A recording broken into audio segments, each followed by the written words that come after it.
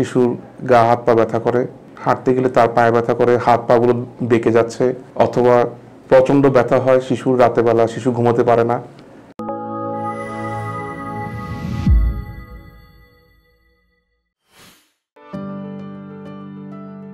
আসসালামু আলাইকুম, আমি doctor Abu Mohammad Sayem, consultant orthopaedics and trauma, Apollo Imperial hospital, Chittagong থেকে বলছি। আমরা প্রায় অনেকগুলো রোগী পাই যারা বিভিন্ন ধরনের বোন পেইন, হাড়ের ব্যথা নিয়ে আসে। হাড়ের গুরুত্বটাকে আমরা খুব বেশিভাবে দিই না সাধারণত।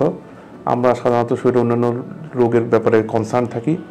কিন্তু একটা জিনিস আমি সবসময় বলি, সেটা হচ্ছে যে আপনি যে হেঁটে আসলেন আমার কাছে, যে বোনসগুলো ইউজ করে আসলেন, সেটারও কিন্তু যত্ন নিতে হয়।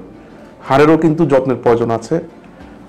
হাড়ের যে সমস্যাগুলো নিয়ে আমাদের কাছে রোগীরা আসে, সেগুলোকে যদি আমরা তিনটি ভাগে ভাগ করি, এক গ্রুপ হচ্ছে শিশুদের হাড়ের ব্যথা, আরেক গ্রুপ হচ্ছে মধ্যবয়স্ক, আর আরেক লাস্ট গ্রুপ হচ্ছে যারা অন্তত 60 বছর বয়স পার করে ফেলেছে। তো হাড়েরও যত্ন নিতে হয়, কারণ হাড় হচ্ছে একটা ডাইনামিক স্ট্রাকচার, যেটা প্রতি সেকেন্ডে কিন্তু চেঞ্জ হচ্ছে। হাড়ের যত্নের ব্যাপারে যদি আসি, আমাদের কাছে অনেক শিশুরা আসে, বাবা মা নিয়ে আসে।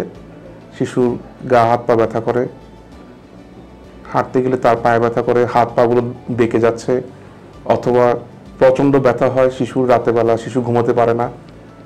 তো শিশুর যখন এই ধরনের সমস্যা মা বাবা যখন আমাদের কাছে নিয়ে আসে, তাদের যখন আমরা এক্স রে করি এবং অন্যান্য রক্ত পরীক্ষা করি, তখন দেখা যায় কিছু ডিস্টারবেন্সেস থাকে, যেসব কারণে ক্যালসিয়াম বা ভিটামিন ডি ডিস্টারবেন্সেস থাকে, মাত্রা কম থাকে, সেসব ক্ষেত্রে তাদের অনেক পেইন হয়। এবং বোনসগুলো, যেহেতু শিশুর হচ্ছে একটা গ্রোয়িং এজ, তাদের বয়সের সাথে সাথে তাদের হাড়গুলো বাড়তে থাকে। হাড়গুলো ঠিক নর্মালি যেভাবে বেড়ে ওঠার কথা সেভাবে বাড়ে না।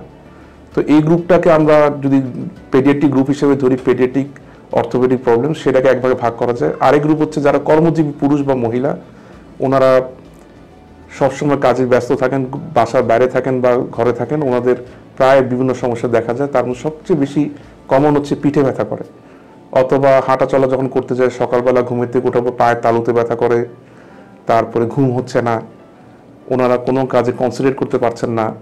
যেহেতু ওনাদের ঘুম হয় না, ঘুম না হওয়ার কারণে কয়েকদিন পর বলেন ওনাদের গা হাত পা ব্যথা করে, অবসন্ন অবস্থায় থাকেন, ডিস্টারবেন্স থাকে, এসব নানা ধরনের সমস্যাগুলো থাকে। এগুলোর মূলে কিন্তু অ্যাকচুয়ালি বোনের একটা পরিচর্যার একটা ব্যাপার আছে। আমরা সাধারণত মনে করি এটা হচ্ছে হয়তো কার্ডিয়াক অথবা অন্য কোনো সমস্যা হচ্ছে, কিন্তু আসলে এটা অ্যাকচুয়ালি বোনের সমস্যা।